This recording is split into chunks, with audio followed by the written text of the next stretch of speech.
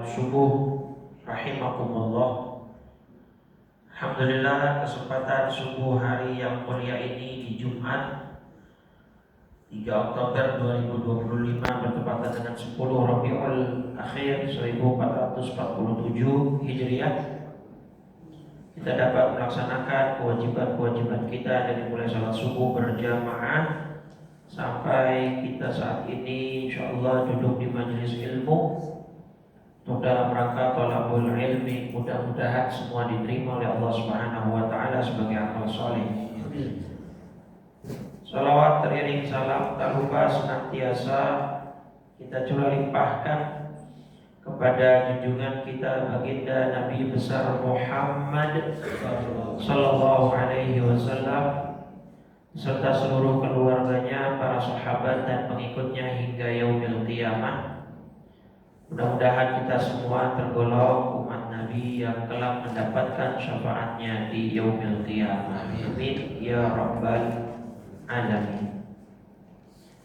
Baik hadirin hadirat, kita akan melanjutkan pembacaan kitab Hadis Arba'in An-Nawawiyah yang hari ini insyaallah kita masuk ke dalam hadis ke-19. Bismillahirrahmanirrahim. Qala Syekhul Mu'allif rahimahullah wa adaman naf'a bihi wa bi barakati ulumihi wa bikum fid daraini amin. Radhiyallahu ta'ala anna wa'akum. An Abil Abbas Abdullah bin Abbas radhiyallahu anhuma qala. Hadis ini diriwayatkan dari Abdullah bin Abbas atau lebih populer dikenal dengan atau disebut dengan Ibnu Abbas, ya. Seorang sahabat Nabi yang pakar dalam tafsir. Beliau dari muda sudah berkhidmah menjadi pelayan Nabi, ya, sampai 10 tahun. Dan beliau dalam hadis disebutkan pernah melihat malaikat Jibril 2 kali, Pak. Jadi kalau ada pertanyaan siapa sahabat yang pernah melihat malaikat Jibril, ya, diantaranya adalah Ibnu Abbas. Dalam bentuk malaikat, ya, bukan dalam bentuk manusia. Kalau dalam bentuk manusia, di hadis pertama yang kita sudah bahas, yang malaikat Jibril, hadis kedua, ya, malaikat Jibril menyamar sebagai manusia, terus nanya tentang apa itu Islam, apa itu iman, apa itu ihsan. Itu kan dalam bentuk manusia, malaikat Jibril. Nah, kalau ini dalam bentuk malaikat. Ra'aitu Jibril marratain, kata Abdullah bin Abbas, aku pernah melihat malaikat Jibril 2 kali. Dan dari sinilah sebab beliau di akhir hayatnya, ketika sudah senja usianya, penglihatannya hilang, Pak. Dalam riwayat yang dalam hadis yang diriwayatkan oleh Imam At-Tabrani dalam Mu'jamul Kabir, Al-Baihaqi dalam Dalailun Nubuwah. Jadi Ibnu Abbas pernah nanya begini ke Nabi, annahu sa'ala Nabiyya sallallahu alaihi wasallam. Ibnu Abbas pernah bertanya kepada Nabi, amman ra'ahu ma'ahu wa lam ya'rifhu. Ibnu Abbas pernah tanya ke Nabi tentang orang yang ada di samping Nabi tapi beliau gak kenal. Nanya, itu siapa Rasul yang tadi bersamamu? Zaka Jibril. Itu adalah malaikat Jibril. Amma innahu sayufqidu basaraka. Nah, karena kamu sudah melihat malaikat Jibril, nantinya di akhir hayatmu kamu akan kehilangan penglihatanmu. Faedahnya apa? Allah alam, cuma ya mungkin salah satu yang bisa dikatakan ulama bahwa penglihatan manusia itu tidak semestinya bisa melihat sosok malaikat, gitu, ya. Tapi itu salah satu sebab saja. Dan beliau bahkan diberikan julukan oleh Ibnu Mas'ud, ni'mat tarjumanil Quran. Representasi Al-Quran setelah Nabi itu Ibnu Abbas. Kan kalau kata Siti Aisyah, Nabi itu karena khuluquhul Quran. Jadi kalau mau mempelajari Quran, lihat aja perilaku Nabi. Isinya Quran semua. Itu kira-kira. Nah, setelah Nabi yang merepresentasikan Al-Quran adalah Ibnu Abbas. Dari saking, jadi kata Ibnu Mas'ud, ni'ma tarjumanil Quran huwa Ibnu Abbas. Sebaik-baik representasi dari Al-Quran itu Ibnu Abbas. Dari saking beliau soleh luar biasa, hafal Al-Quran, mengerti Al-Quran, dan bahkan pakar tafsir Al-Quran. Termasuk beliau ini salah satu boleh dibilang, jadi kalau ada sahabat berbeda pendapat dalam hal tafsir apa segala macam, ujung-ujungnya yang menjadi referensi, yang menjadi rujukan adalah Ibnu Abbas. Contoh surat An-Nasr. Hafal ya surat An-Nasr ya?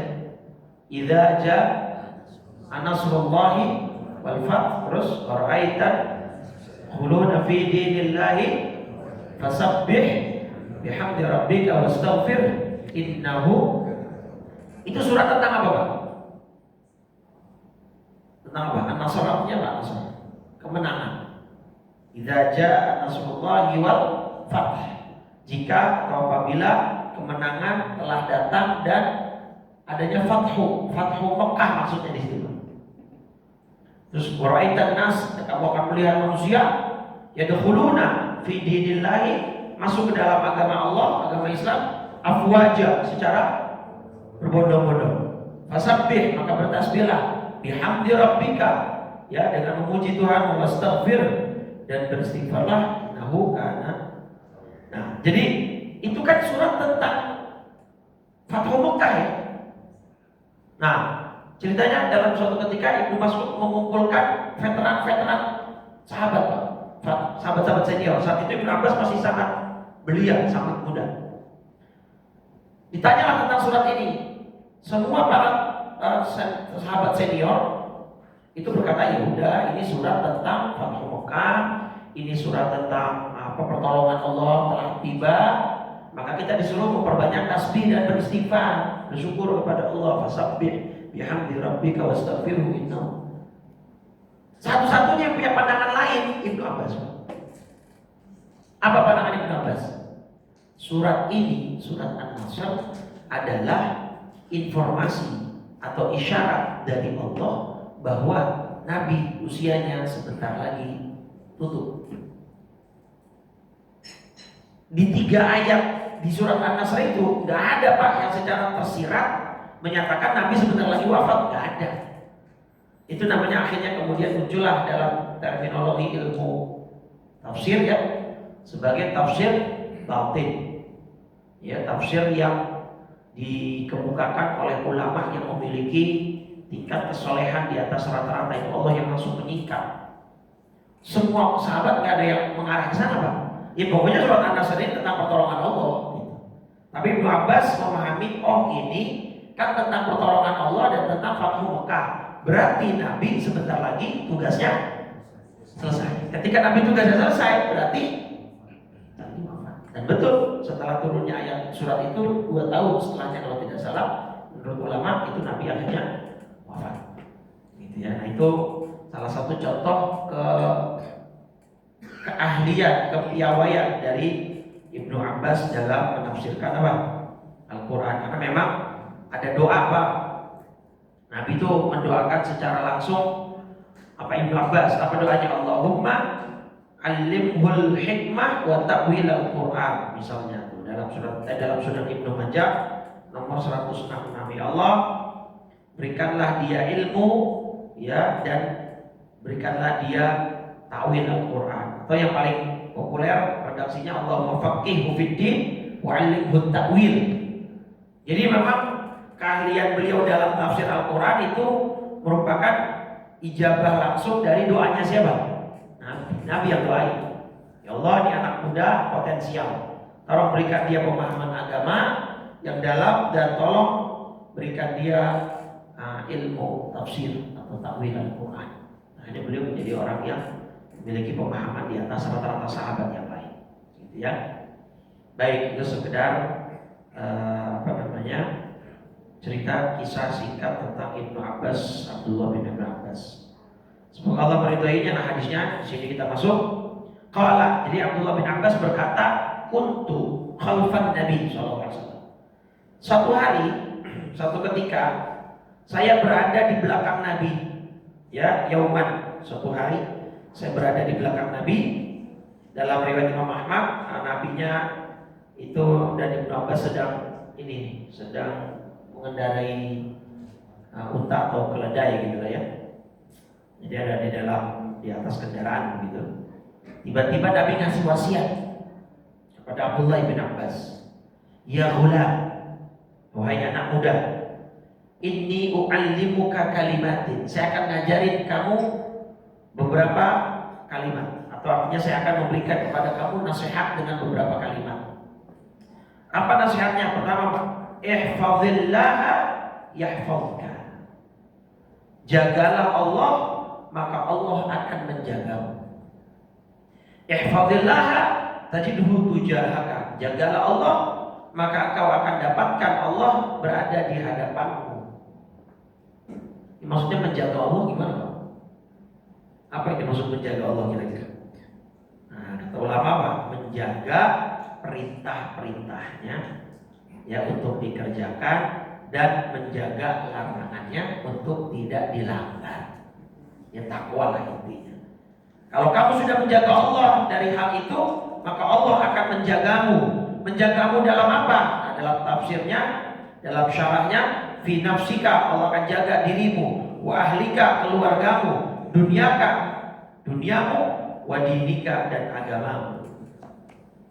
Nah ya, nah ini kayak timbal balik Pak.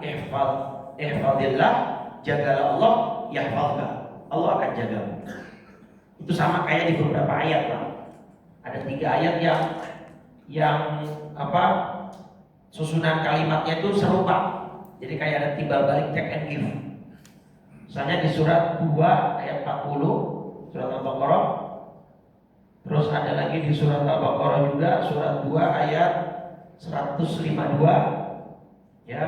Dan surat Muhammad surat 47 ayat 7. Ini ya. Kalau yang ini aufu bi ahdi ufi bi ahdiku. Penuhilah janjiku, maka aku akan penuhi janjiku kepada kalian. Artinya kita kan sudah berjanji tauhid Pak kepada Allah ya. Sini penuhi janji. Kalau kita penuhi janji kita kepada Allah, Allah akan penuhi janjinya ke kita. Itu take and give. Kalau ini fadhkurni azkurkum ya. Ini 152. Yang kedua surat Al-Baqarah surat 2 ayat 152. Ingatlah aku ya, maka aku akan ingat kalian. Nah, itu. Yang ketiga itu ada intan surullah, jika kamu menolong Allah ya, Allah akan menolong kalian. Nah ini kalimatnya mirip-mirip dengan hadis, polanya mirip. Ihfazillah, jaga Allah, yahfazka, Allah akan menjagamu. Nah itu penuhilah janji Allah, Allah akan penuhi janjinya kepadamu. Ingatlah Allah, maka Allah akan ingat kepadamu. Tolonglah Allah, maka Allah akan menolong kamu. Jadi kayak gitu Pak. Jadi ada semacam take and give itu. Polanya sama dengan hadis ini. Jaga Allah, maka Allah akan menjagamu, menjaga keluargamu, ya, menjaga agamamu, menjaga hartamu.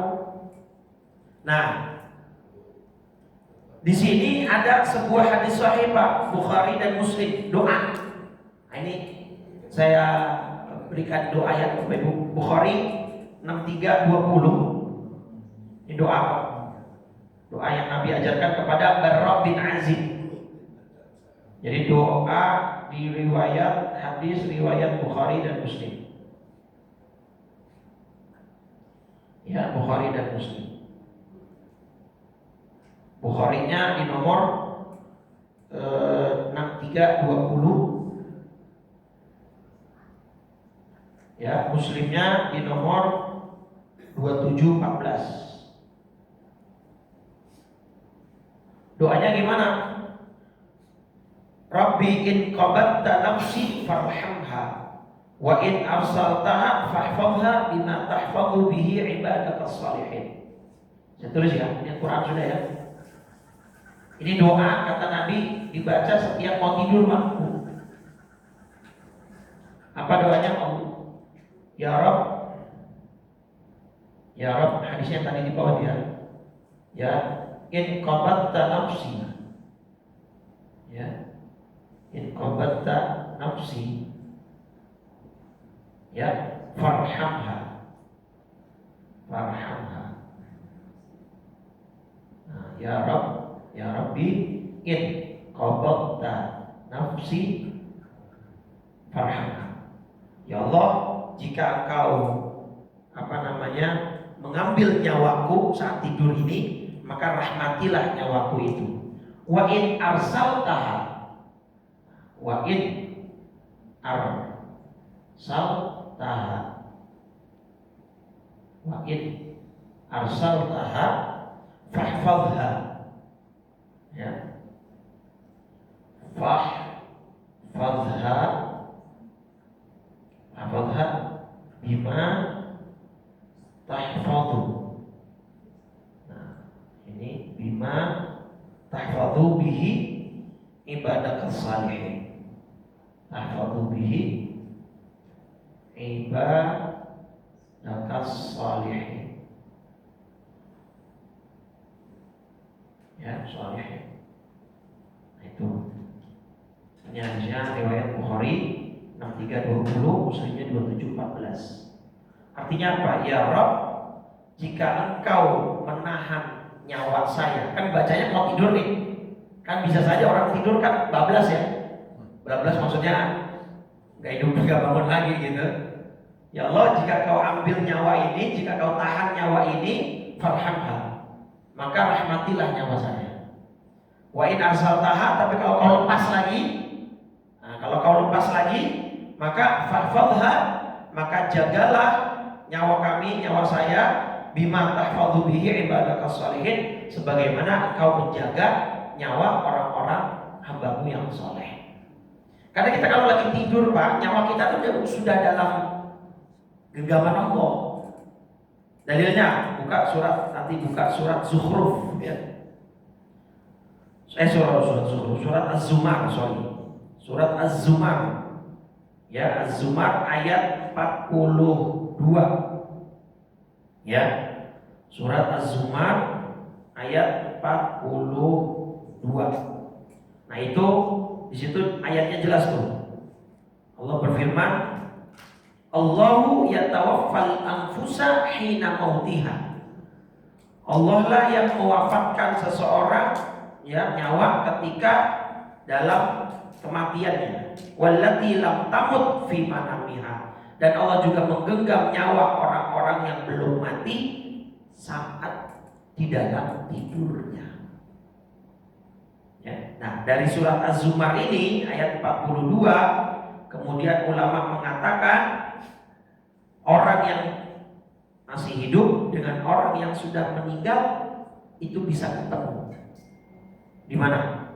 Kalau orang yang tidurnya berarti di alam mimpi. Ya, surat Az-Zumar surat 39 ya. Surat 39 ayat 42. Dalam tafsir Al-Baghawi disebutkan ketika menafsirkan ayat ini, bisa orang yang masih hidup bertemu dengan roh yang sudah meninggal. Include Nabi, kalau Nabi sudah jelas, maka setan nggak bisa menyerupai Nabi. Kalau kita ketemu Nabi itu sudah pasti Nabi.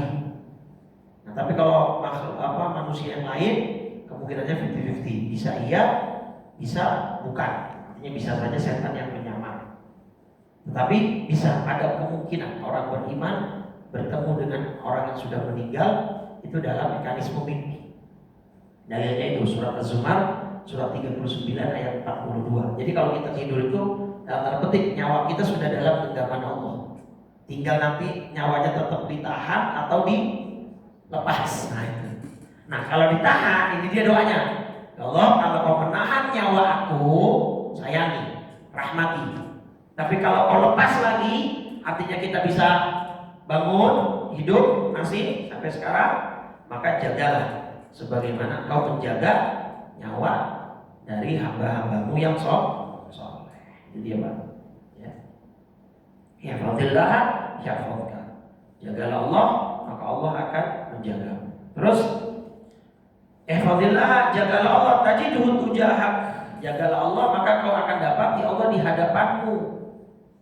Apa itu maksudnya?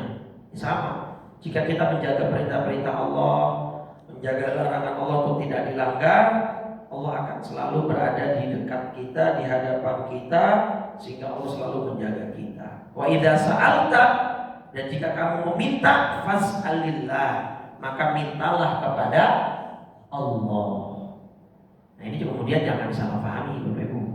Minta tolong sama manusia boleh gak? Minta tolong sama manusia boleh gak?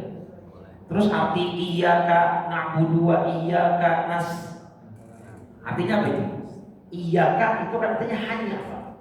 Ada ikhtisas di situ karena itu ada pendahuluan, Pak. Seharusnya kan kalimat itu SPOK, subjek, predikat, objek. Nah ini objeknya diduluin, Pak. Kan aku meminta kepada engkau, harusnya begitu kalimatnya. Nah ini kepada engkau aku meminta. Nah itu kalau dalam bahasa Arab ada tujuannya supaya memberikan pemahaman taksis, hanya kepada engkau kami menyembah, hanya kepada engkau kami minta per. Sekarang ini minta tolong sama manusia boleh? Boleh. Terus maksudnya hadis ini apa? Atau ayat Fatihah tadi? Idza sa'alta fas'alillah. Kalau kamu minta, mintalah kepada Allah. Maksudnya apa? Nah, di dalam keyakinan, ini soal faith, keyakinan. Anda sakit, datang ke dokter, kita minta tolong kan sama dokter kan? Tapi jangan pernah meyakini bahwa yang nyembuhin penyakit kita itu maksudnya. Ikhtiar maka tetap. Jadi kita minum obat, boleh, silakan, itu bagian dari ikhtiar. Tapi jangan sampai kita meyakini, saya kalau nggak minum obat ini nggak sembuh. Jadi saya selalu ngomong di banyak tempat, masalah syirik, Pak, itu nggak melulu soal hal-hal gaib, nggak melulu soal hal-hal mistis. Ketika ada orang ngomong begini, Ustaz, saya berobat harus ke Singapura, kalau nggak Singapura saya nggak sembuh. Itu sudah bisa masuk dalam kategori syirik belum? Kalau dia sampai meyakini ke hati, Pak. Iya. Jadi kan nggak melulu soal mistis ya. Dia terlalu berkiblat kepada sains juga bisa mengarah ke syirik, Pak. Gitu. Sama kayak dia percaya sama keris, sama kayak dia percaya sama benda-benda tertentu. Ketika dia percaya, saya kalau nggak ke Singapura nggak sembuh. Kalau kalimatnya begitu rentan. Kecuali dia ngomongnya gini, Ustaz, penyakit saya ini langka. Alat yang baru bisa untuk mendeteksi penyakit saya atau spesialis dokter yang bisa menangani penyakit saya cuma ada di Singapura. Jadi harus ke sana secara maksimal untuk memaksimalkan ikhtiar saya. Boleh. Tapi dalam hatinya nggak boleh sama sekali meyakini bahwa dokter atau obat itu yang menyembuhkan. Itu hanya ikhtiar saja. Itu ya. Itu maksudnya kita sa'alta, kalau kamu mau minta, mintalah kepada Allah. Bukan berarti kita nggak boleh minta tolong sama manusia, Pak. Kita nggak bisa. Dan kita bocor di tengah jalan. Oh, teringat hadis. Kalau mau minta, mintalah sama Allah. Ya Allah, ban saya tolong yang mau tambal ya Allah. Tapi dia nggak mau jalan ke tukang tambal ban. Situ aja nggak mau dapat mekanik atau towing segala macam. Akhirnya berubah. Itu kan dipahami dari surat Ar-Ra'd ayat 11, Pak. Nah, itu. Innallaha la yughayyiru ma biqaumin hatta yughayyiru ma bi anfusihim. Surat apa itu? Ar-Ra'd ya, surat 13 ayat 11. Seseorang Allah tidak akan mengubah keadaan suatu kaum sampai dia mengubah keadaannya sendiri. Kita lapar, Pak, nggak mau nyedok nasi, nggak mau nyuap makan. Ya Allah, saya mau kenyang, ya Allah, saya lapar. Kira-kira bisa nggak? secara hukum Allah, ya kalau kita melihat kepada kuasa Allah bisa-bisa aja. Tapi kita hidup di dunia yang sudah Allah desain. Ini ada hukum kausalitas. Kalau kita mau kenyang ya ngapain? Nah, tapi kita sambil meyakini Yang bikin kenyang bukan nasinya, tapi Allah. Sama kayak kita minum obat, itu cuma ikhtiar. Yang bikin sembuh Allahnya, bukan obatnya. Itu maksudnya. Idza sa'alta fas'alillah. Yang mana? Ar-Ra'd 11. Ya. Jadi Allah tidak mengubah keadaan suatu kaum ya, sampai dia mengubah keadaannya sendiri. Jadi salah ketika ada orang kemudian saya tawakal Ustaz, tapi nggak mau ikhtiar. Nabi ngomel-ngomel. Ada orang masuk ke masjid pakai unta, untanya nggak diikat. Kok nggak diikat? Untamu tawakal sama Allah ya Rasulullah. Kalau begitu mana tawakal, kau ikat dulu. Setelah itu baru sisanya serahkan kepada Allah. Kita kalau begitu Pak, motor kita nggak kunci, parkiran, tawakal sama Allah ya. Nggak ada 5 menit udah. Jangankan nggak dikunci aja hilang. Di beberapa tempat kan begitu, dikunci aja hilang gitu ya. Nah itu jadi nggak usah ini ya. Wa idza sa'alta fas'alillah wa idza ista'anta fasta'in billah. Dan jika kamu meminta pertolongan, ya mintalah pertolongan kepada Allah. Itu lagi-lagi maknanya sama ya. Bahwa yang dimaksud adalah keyakinan kita, hati kita, ya jangan meyakini sesuatu punya manfaat atau sesuatu punya mudarat. Syirik di situ Pak poinnya Pak. Jadi orang yang punya hobi koleksi keris juga jangan tiba-tiba Bapak langsung bilang syirik. Keris itu kan pada mulanya sebagai sebuah apa? Senjata. Iya toh? Senjata yang kemudian sekarang ketika perang sudah selesai menjadi sebuah benda koleksi lah. Ya layaknya ada orang yang hobinya melihara ikan, ada yang hobinya otomotif, ada yang hobinya melihara burung, ada juga orang yang hobinya mengkoleksi keris, kerisnya dipajang. Jangan langsung tiba-tiba dituduh syirik, kok itu alat kok. Sama. Bisa syirik kalau dia meyakini keris-keris tertentu bisa membawa manfaat, mudarat gitu. Jadi jangan tiba-tiba langsung, wah ini keris semua nih, kamu syirik ya, jangan gitu. Siapa tahu dia kolektor benda-benda kuno atau kolektor senang dengan benda-benda seperti itu. Jadi jangan selalu dikaitkan. Nah cuma benda itu, keris itu menjadi sebuah identik ke sana karena kalau di film-film ada adegan dukun itu selalu yang dipegang apa? Keris. Itu dia gara-garanya image-nya jadi jelek tuh. Jadi turun apa menjadi gitu ya. Padahal itu kan semua alat aja biasa. Dia bisa syirik atau tidak tadi yang saya bilang, semua tergantung apanya? Hatinya. Kalau dia meyakini benda tertentu bisa mendatangkan manfaat atau menolak mudarat, di situ letak syiriknya. Apapun bendanya, mau keris kayak, mau pohon, mau centong nasi. Ada orang Ustaz, saya kalau dagang nasi uduk pakai centong yang warna biru nggak pernah laris Ustaz. Begitu saya ganti centongnya warna merah, habis Ustaz. Nggak mesti keris Pak, centong tuh bisa syirik. Saya tanya, centongnya dapat dari mana Bu? Dari gunung situ berkali. Jadi nggak mesti kerisnya Pak, paham nggak? Jadi syirik atau tidaknya itu adanya di mana? Di hati dan keyakinan dia. Akidah itu kan di hati, di kolbu. Nah, jadi artinya pelajarannya jangan terlalu gampang kita ngata-ngatain orang apa? Syirik, dikit-dikit syirik. Syirik bahasa Arab loh ya, bukan syirik bahasa Indonesia. Kalau syirik bahasa Indonesia, syirik aja loh. Nah, itu iri karena itu. Ini syirik dalam terminologi ilmu agama. Jadi jangan gampang. Ya ada orang begini. Oke. Nah terus lihat, wa'lam. Nah, Nabi mengajarkan sebuah akidah yang mantap Pak, supaya kita tidak terlalu hidup itu was-was dan khawatir. Wa'lam, ketahuilah wahai anak muda.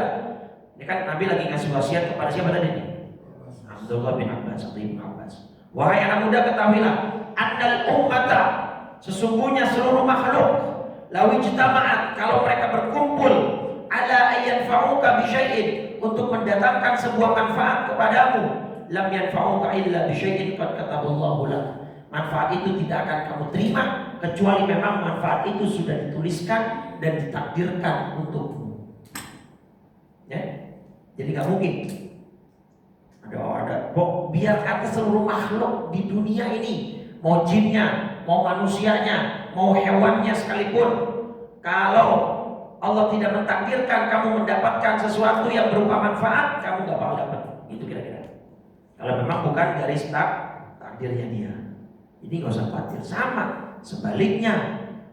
Dan lawi ijtama'atil ummah, seandainya umat manusia, jin atau hewan semua berkumpul ala ayyadurruka, untuk memudaratkanmu, untuk mencelakaimu dengan sebuah skenario, dengan sebuah rencana, seluruhnya bersatu padu untuk mencelakaimu. Kalau tidak menjadi takdirmu, mereka tidak akan mampu mencelakaimu. Ini sebuah keyakinan, Pak. Terutama jangan dikit-dikit, Ustaz, saya palanya puyeng mulu nih, berobat ke dokter nggak ada indikasi apapun. Jangan-jangan ada yang ngirim kali ke saya nih, Ustaz. Ada yang nyantet saya nih, ada yang ini saya segala macam.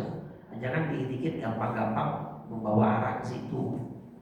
Ya oke, diindikasi dokter nggak ada, orang ternyata tanggal tua, jadi palanya sakit gara-gara gak punya duit. Kan bisa begitu. Jadi jangan, udah gak usah khawatir. Surat Al-Baqarah 102 coba. Itu kan Allah menyatakan bahwa ilmu sihir itu ada, Bang. Ilmu sihir itu ada. Surat Al-Baqarah surat 2 ayat 102. Tapi di situ ada kalimat apa? Ya, bahwa wa ma hum bidarrina, ya mereka tidak akan mampu mencelakai seorang pun dengan sihirnya illa biiznillah, kecuali atas izin Allah. Wa ma hum bidarrina bihi min ahadin illa biiznillah. Itu harus diyakini. Mau sehebat apapun dukunnya kata mereka, mau secanggih apapun alat santetnya, Al-Baqarah 102 itu tentang sihir. Tetapi juga Allah meyakini, yang meyakinkan kepada kita, jangan khawatir, mereka tidak akan mampu mencelakai orang dengan sihirnya selama tidak dengan izin Allah. Artinya semuanya tetap Allah yang punya kendali, gitu aja udah. Nggak usah khawatir, nggak usah takut gitu. Makanya keyakinan ulama-ulama dulu, para sahabat itu yakin, Pak, kuat tinggi. Khalid bin Walid itu disebut julukannya apa? Saifullah, pedangnya Allah. Itu Khalid bin Walid, Pak, wafatnya sudah puluhan bahkan ratusan perang beliau ikuti, gak pernah tumbang dalam peperangan. Beliau wafatnya karena sakit, jadi wafatnya biasa, bukan dalam peperangan. Padahal itu Khalid bin Walid, demi Allah, kata Khalid bin Walid, tidaklah satu peperangan saya ikuti kecuali saya berharap saya mati syahid di dalamnya.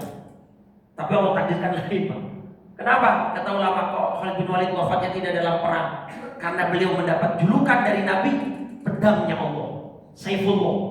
Kalau pedangnya Allah wafat dalam peperangan, akan menjadi bahan ejekan dari kubu orang kafir. No, lihat pedangnya Allah tumbang. Allah gak berkehendak begitu. Karena Nabi memberikan julukan Khalid bin Walid sebagai Saifullah, pedangnya Allah, Allah tidak mentakdirkan pedang Allah tumbang dalam peperangan. Maka beliau wafatnya dalam keadaan normal, sakit. Itu beliau Khalid bin Walid pernah ditantang oleh Ratu Persia, Pak, minum racun. Yang kalau satu tetes racun itu masuk ke dalam tubuh manusia, mati manusia. Ini beliau minum satu gelas, Pak. Beliau cuma baca Bismillahirrahmanirrahim, la yadurru ma'asmihi syai'un fil ardi wala awsam. Jadi diminum, Pak. Tidak berefek, Pak. Itu keyakinan dari bahwa hadis ini, Pak. Kalau memang Allah tidak berkehendak, tidak akan terjadi. Kalau Allah ingin, kalau semua orang makhluk ingin mencelakaimu tapi bukan merupakan takdirmu, tidak akan terjadi.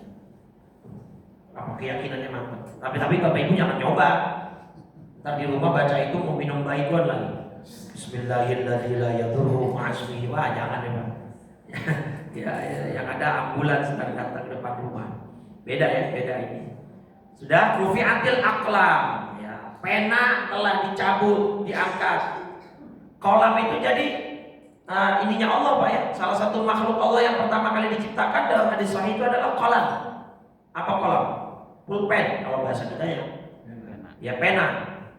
Nah, ya, bahkan ada suratnya khusus kan? Al-qalam, ya, nun wal qalami wa ma yasturun. Itu lihat nanti artinya. Nun dan demi kolam atau pena, wa ma yasturun dan apa yang dituliskan. Jadi Allah menciptakan pena, kolam. Begitu Allah ciptakan, tulis. Dalam hadis sahih ya. Kata kolam, kata pena ini ngomong, saya nulis apa ya Allah? Tulis semua yang saya rencanakan dari awal sampai akhir. Nah, ketika sudah selesai ditulis, rufi'atil aqlam dalam bahasa katanya. Pena telah diangkat. Nah, kiasan tuh. Artinya apa? Takdir sudah tidak lagi bisa berubah. Artinya kalau ada orang mau mencelakaimu gitu ya, kecuali dengan izin Allah nanti dalam jalan roh juga insya Allah bisa mengubah takdir yang mu'allaq itu nanti bisa gitu ya. Tapi yang sudah mubrom ya sudah tidak bisa gitu ya. Nah, rufi'atil aqlam, pena telah terangkat, wajaffatis suhuf, dan lembaran-lembaran takdir kita sudah mengering. Ibaratnya udah kering Pak, udah gak bisa diapain, nggak usah diganti. Ini dalam konteks bahwa Nabi mengajarkan akidah yang luar biasa dalam, nggak usah hidup, nggak usah was-was, nggak usah khawatir, bahkan termasuk urusan rezeki. Kata Nabi dalam hadis sahih, lan tamuta nafsun, tidak seorang pun di dunia ini mati ya hatta tastawfiya rizqaha, kecuali dia sudah menghabiskan seluruh jatah rezekinya di dunia. Wa in abta'a, meskipun rezekinya itu datangnya terlambat. Mananya berarti selama orang itu masih hidup, jatah rezekinya masih ada. Kalau sudah meninggal, berarti jatah rezekinya yang sudah Allah catatkan sudah habis. Jadi nggak usah dikhawatirkan. Silakan. Soal pahala. Ya.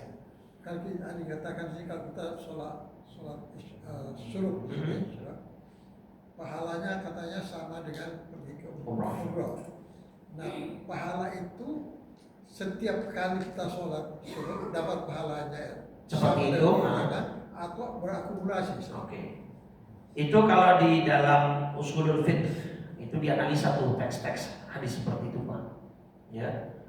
Nah, bahwa apakah kalimat seperti itu yang tadi takrir, apakah kalimat yang menjelaskan fadilah suatu amal ibadah itu kemudian memahamkan kita bahwa itu ada pengulangan, repetisi gitu ya. Nah, itu mayoritas ulama mengatakan iya. Artinya setiap kali kita sholat, setiap kali itu juga kita mendapat pahala yang itu seperti itu. Jadi layaknya kayak Lailatul Qadar. Itu kan bukan akumulasi seumur hidup, tapi setiap kali satu dapat Lailatul Qadar ya pahalanya kayak 83 tahun atau 1000 bulan. Besok tahun depan dapat lagi, ya dapat lagi seperti itu. Kayak gitu.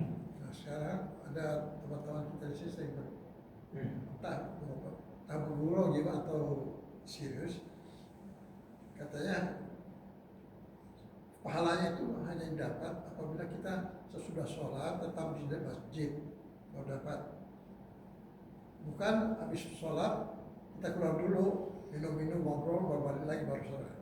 Ya, jadi memang dalam hadisnya itu memang seperti itu Pak. Jadi bahwa dia mazala fi majlisi, dia masih berada di dalam majlis sholatnya.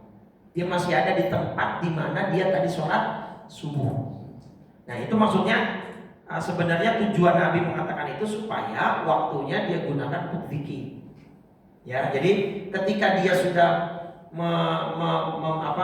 menyela kegiatan sholat suruh itu nanti dengan kegiatan lain, keluar dari masjid, ngobrol-ngobrol, ngopi-ngopi. Nah, itu ulama fikih mengatakan pahalanya tidak mendapatkan pahala seperti umroh. Jadi karena untuk mendapatkan pahala umroh, tapi pahala sholatnya tetap dapat Pak. Jadi bedakan nih. Untuk mendapatkan kategori pahala umroh itu memang syaratnya begitu. Antara sholat subuh sampai sholat suruh itu tidak terjeda dengan kegiatan-kegiatan yang bersifat duniawi seperti mau ngopi-ngopi, makan-makan gitu. Jadi makanya di situ Nabi maksudnya memfokuskan umatnya supaya di situ zikir atau baca Quran minimal. Jadi baru nanti setelah itu dia tidak keluar dari majelis sholatnya itu, maka dia sholat suruh dapatnya umroh. Nah, tapi kalau misalkan dia keluar dulu, kemudian beraktivitas lain nanti sholat suruh, dapat pahala sholat suruhnya, tapi tidak dapat fadilah seperti umrohnya. Ya, karena itu ibaratnya ya term and condition yang harus dipenuhi. Jadi kalau mau dapat pahala umroh, ya harus begitu. Gitu. Artinya itu saja sudah luar biasa kan? Kita cuma 1 jam kurang lebih duduk, tapi pahalanya seperti umroh yang seperti itu. Ibu-ibu pun di rumah begitu Bu, nggak mesti di masjid. Ibu-ibu di rumah boleh. Ibu misalnya sholat subuhnya di masjid di rumah, nah, maka di tempat ibu sholat, ibu jangan beranjak dulu, pikiran, wiridan, baca Quran. Kalau memang tidak ada kewajiban lain ya. Kalau ada kewajiban sebagai istri untuk masak, nyiapin makanan suami anak, ya itu lain urusan, karena kewajiban ibu itu. Kalau Ini kan sunnah gitu ya. Tapi kalau tidak ada, misalnya sudah semua dihandle dengan ART segala macam, nah ibu bisa di rumah juga mendapatkan pahala yang sama. Jadi nggak mesti di masjid, Pak. Jadi konteksnya itu fi majlis sholat, di majelis di mana dia itu sholat di situ. Ya, itu memang ketentuannya seperti itu. Tidak boleh rokok dulu baru. Ya, kalau mau dapat pahala umrohnya ya. Tapi kalau nanti dia ngopi-ngopi dulu, merokok dulu, terus balik lagi sholat suruh, sholatnya dapat pahala tetap Pak. Cuma tidak mendapat ganjaran seperti umroh itu tadi. Ya sampurna ya. Oke, sudah selesai. Rawahu Tirmidzi, hadis ini diriwayatkan oleh Tirmidzi dan hadisnya sahih, hasan sahih. Nah, di dalam riwayat lanjutannya selain Tirmidzi ada satu kalimat yang menarik nih Pak. Sebagai penutup ya, isinya sisanya sama. Cuman ini yang menarik di riwayat selain Imam Tirmidzi itu ya ada kalimatnya ta'arraf ilallahi firraha ya'rifka fi syiddah. Ingatlah Allah saat kamu susah. Nanti Allah akan ingatlah Allah ketika kamu sedang senang, nanti Allah akan ingat kepada kamu saat kamu sedang susah. Artinya apa? Ada orang-orang yang ibadah itu kalau lagi ada maunya ke masjid, dia sampai kecil ini orang, wah lu ke masjid nih, duit lagi syarat ya. Jadi ke masjid itu pas lagi syarat aja, sulit aja gitu. Memang sudah betul, sudah bagus. Tapi Allah lebih senang itu kalau kita lagi senang, lagi banyak uang, ada rezeki, kelapangan, terus kita tetap ingat Allah gitu Pak. Nah tetap kita lagi susah, Allah ingat kita, Allah bantu kita gitu. Ya kita aja nih Pak Bu ya, sebagai analogi sederhana, kita aja nggak senang kok sama orang yang ingat kita pas dia lagi susah doang. Datang ke kita pas mau ngutang doang Pak. Begitu duitnya banyak segala macam, bikin story kesini kesana, nggak pernah ingat kita, nggak pernah ngajak kita, nggak pernah negor kita. Begitu susah lagi ingat ya, kita aja 4 orang begitu Pak, kesel gitu. Kira-kira, cuman Allah tidak sesempit itu rahmatnya. Cuman itu analogi sederhana saja. Maka kalau kita mau dibantu oleh Allah saat kita nanti susah, maka kita saat sedang senang, saat sedang sehat, saat sedang banyak rezeki, ingatlah kepada Allah. Tetap ibadah, tetap baca Quran, tetap zikir, tetap majelis taklim. Nanti kita suatu saat sedang susah, baik sakit atau kekurangan rezeki dan sebagainya, Allah bantu dengan caranya, gitu Pak ya. Wa anna ma'al usri yusra, dan Allah selalu menyertakan kemudahan di dalam setiap kesulitan. Baik Bapak Ibu ya, mungkin itu. Jadi hadis ke-19 ini mengajarkan kita banyak hal ya, terutama masalah tadi keyakinan dan akidah kita kepada Allah, bahwa segala sesuatu yang terjadi di bumi ini adalah atas izinnya. Tidak mungkin kita mendapatkan manfaat walaupun seluruh makhluk bersatu. Tidak mungkin kita mendapatkan mudarat bahaya walaupun seluruh manusia makhluk bersatu, kalau memang itu bukan bagian dari takdir kita. Kalau memang sudah takdir ya apapun pasti akan terjadi Pak, itu. Ya, jadi serahkan kepada Allah, jalani hidup ini, jaga perintah-perintah Allah, jauhi larangan-larangannya. Ya, ingatlah Allah di setiap kondisi, senang maupun susah maupun senang. Insyaallah nanti Allah akan ingat kepada kita dan akan terus menjaga dan membantu kita semua. Ya, baik. Itu saja. Terima kasih Bapak Ibu. Ustaz. Ya, silakan. Saya ada 3 di Al-Quran di surat Al-Baqarah itu yang pertama itu waktu kita belum jadikan. Ya, aufu bi'ahdi wa fi bi'ahdi. Ingat Allah juga baca. Kalau menolong Allah kita tidak tolong. Nah, itu baik. Nah, menolong Allah itu intansurullaha yansurkum. Maksudnya menolong Allah itu apa? Kayak gini Pak. Di hadis qudsi itu nanti ada dialog Allah ngomong sama manusia di akhirat. Kalian kok nggak pernah jenguk saya sih waktu saya sakit? Manusia kan kita bingung. Memang kau pernah sakit ya Allah? Kalaupun iya, kemana kami harus menjenguk? Oh, bukan itu maksudnya. Banyak tetanggamu, saudaramu sakit, kok kamu tidak jenguk? Itu. Nah, artinya menolong Allah tuh gitu Pak. Satu, menolong agamanya ya dalam arti meninggikan kalimatnya. Yang kedua, menolong Allah itu maksudnya apa? Menolong orang-orang yang lemah di antara kita. Allah itu kan bersama orang-orang du'afa Pak. Allah itu bersama orang-orang yang lemah. Jadi kalau kita menjenguk orang sakit, membantu keuangan orang yang lemah secara ekonomi, membuat perut yang lapar menjadi kenyang. Nah, disitulah konotasi kalimat kita menolong Allah melalui perantara kita. Nah, nanti suatu saat Allah akan menolong kita karena kita telah menolong Allah. Itu maksudnya. Bukan berarti menolong Allah. Allah nggak butuh pertolongan, semuanya itu punya Allah. Cuman itu kalimat kiasan. Ya, ketika ada orang sakit, ketika kita jenguk, itu sejatinya kita seperti menjenguk Allah dalam tanda petik. Ya, artinya Allah senang, Allah ridho dengan perbuatan kita. Baik, ada lagi? Oke, terima kasih. Jika dirasa cukup, kita akhiri kajian kita pada pagi hari ini dengan sama-sama kita gelorakan 3 kali kalimat tauhid dan doa kafaratul majlis dengan harapan mudah-mudahan Allah wafatkan kita dalam husnul khatimah. Qala Rasulullah sallallahu alaihi wasallam, afdhaluz dzikri fa'lam annahu la ilaha illallah.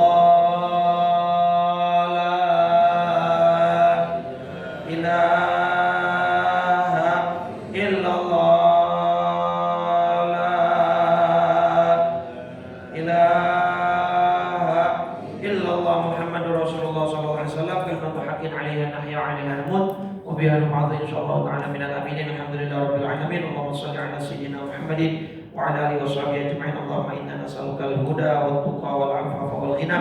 Allahumma ati nufusana taqwaha wa zakkiha fa khairu man zakkaha anta waliyuha wa maulaha bi rahmatika ya arhamar rahimin. Allahumma inna na'udzubika minal hammi wal hazan wa na'udzubika minal 'ajzi wal kasal wa na'udzubika minal jubni wal bukhal wa na'udzubika min khalabatid daini wa qahrir rijal ya muqallibal qulub. Tsabbit qulubana wa qulub auladina wa banatina ala dinika wa ta'atika ya muhawwilal hawli wal ahwal. Hawwil ahwalana ila ahsanil hal. Rabbana atina fid dunya hasanah fil akhirati hasanah wa qina adzabannar. Sallallahu ala sayyidina Muhammadin wa ala alihi wa sahbihi wa sallam. Walhamdulillahi rabbil alamin. Subhanakallahumma wa bihamdika asyhadu an la ilaha illa anta astaghfiruka wa atubu ilaik. Assalamualaikum warahmatullahi wabarakatuh.